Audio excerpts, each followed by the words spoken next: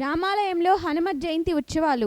స్థానిక కోదండ రామాంజనేయ స్వామి దేవస్థానంలో శనివారం హనుమత్ జయంతి ఉత్సవాల్లో భాగంగా 108 సార్లు హనుమాన్ చాలీసా పారాయణం, హోమ పూజలు, స్వామివారికి ప్రత్యేక పూజలు నిర్వహించారు. ఉభయదాతలుగా వాటంబేరు శివకుమార్, హరికుమార్ దంపతులు వ్యవహరించారు. మహిళా భక్తులు అధిక సంఖ్యలో పాల్గొని స్వామివారిని దర్శించుకొని సామూహిక హనుమాన్ చాలీసా పారాయణంలో పాల్గొని తీర్థ ప్రసాదాలు స్వీకరించారు.